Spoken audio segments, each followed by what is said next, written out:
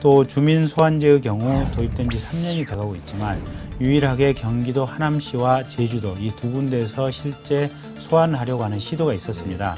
하지만 투표율이 주민의 3분의 1 이상이 되어야 되는데 그 투표율을 넘지 못해서 투표함이 개봉되지도 못했던 것입니다. 비정규직의 남용과 차별이 불필요한 사회적 비용을 높이고 또 노동 양극화를 심화시키고 있기 때문에 무엇보다도 합리적인 고용구조 정착과 함께 비정규직 노동자 보호가 사회적으로 정당한 요구다. 이런 인식이 좀 선행이 돼야 될 것 같습니다. 이 사업해서는 안 된다. 문화재, 환경 파괴가 눈에 불 보듯이 뻔하다. 그리고 둥 높이기는 홍수라든지 가뭄 예방과는 무관하고 영산강에 배를 띄우기 위한 일종의 운하 사업의 일종이다. 이제 이렇게 반대를 하고 있고요.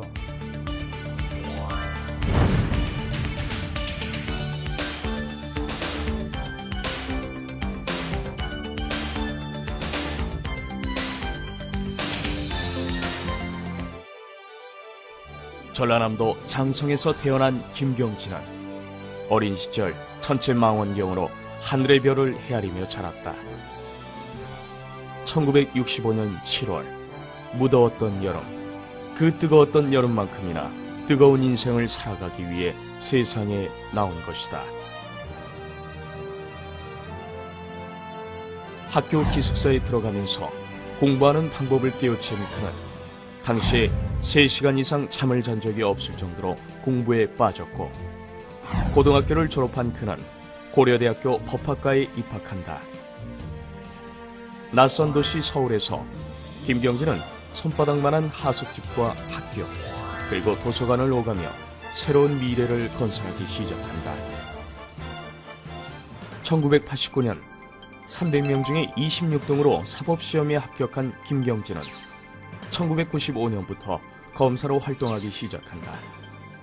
그러던 중 전남 장성에서 농사를 짓고 계시던 아버지가 급성 폐암에 걸려 위독하시다는 소식을 듣고 당시 누구나 선망하던 대검찰청 검사를 그만두고 아버지와 함께 광주로 낙향, 변호사 사무실을 개업한다. 중국으로 공무원 연수를 갔던 김경진은 당시만 해도 사람들에게 별로 관심이 없던 중국의 가능성과 중국의 미래에 대해 커다란 관심을 가지게 된다. 세상을 바라보는 눈이 굉장히 앞서가고 있다는 거예요. 예를 들면은 저희 아이가 초등학교 2학년 때부터 중국어를 공부했었어요. 근데 그게 지금 1999년도쯤 일인데요. 그때만 하더라도 우리나라에 중국어를 하는 사람은 거의 없었고 중국에 보따리 장사만 있을 정도였었어요. 근데 초등학교 2학년 때부터 한국 내에서 중국어만 계속 했었거든요. 그러면서 굉장히 지금 중국어를 매우 잘하고 있어요. 근데 그때 제가 중국어 선생님을 이렇게 알아보려고 했을 때 도대체 그 어린아이가 왜 중국어를 하려 하는지 이해할 수 없었다 그랬었거든요. 근데 아주 옛날부터 본인이 중국하고의 관계가 앞으로는 깊어질 수밖에 없다라고 생각을 하면서 본인도 지금 중국어를 잘하고 있어요.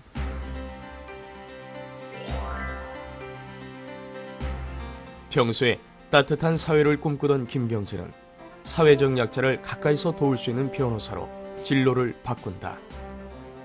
변호사 업무를 시작한 그는 시민법률 부조, 생활 속의 법률 상담 등 공익적 변호 활동을 이어간다. 그러던 중 촛불 시위라는 커다란 상황과 마주치게 되는데 김경진 변호사님 같은 경우는 광주에서 서울뿐도 아니고 광주에서 서울까지 오셔서 무료 변론을 해주셨는데 2009년도부터 지금 현재까지 한 10여 건 그것도 1, 2, 3심까지 해서 그 무료 변론을 해주셨는데 그거는 서울뿐도 하기 힘들다고 생각합니다. 해마다 우리가 촛불 송년을 하고 있는데 인권 변호사님 중에서 유일하게 저희 촛불님들한테 감사패를 받으셨어요.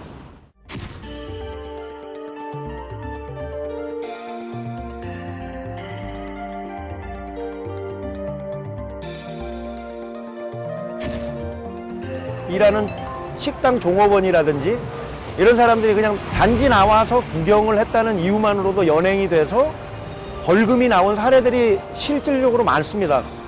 근데 변호사의 조력이 없다면 실제로 그냥 그 벌금을 그냥 내고 말아 버리는 경우가 지금도 부지기수로 이제 벌어지고 있죠.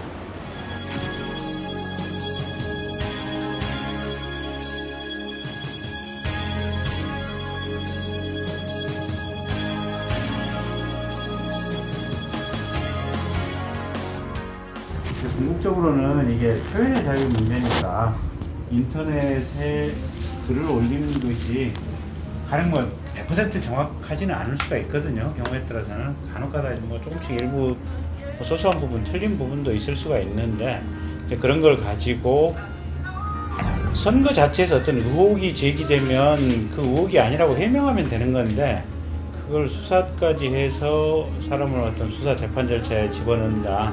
좀 뭔가 많이 잘못된 것 같아요. 그래서 이제 그런 일반적인 부분까지 포함해서 이제 앞으로 계속 뭔가 이제 도움을 드려야죠. 하늘의 별을 관찰하며 과학자를 꿈꾸던 김경진. 별을 헤아리던 그 눈으로 이제 서민들의 마음을 헤아리려고 한다.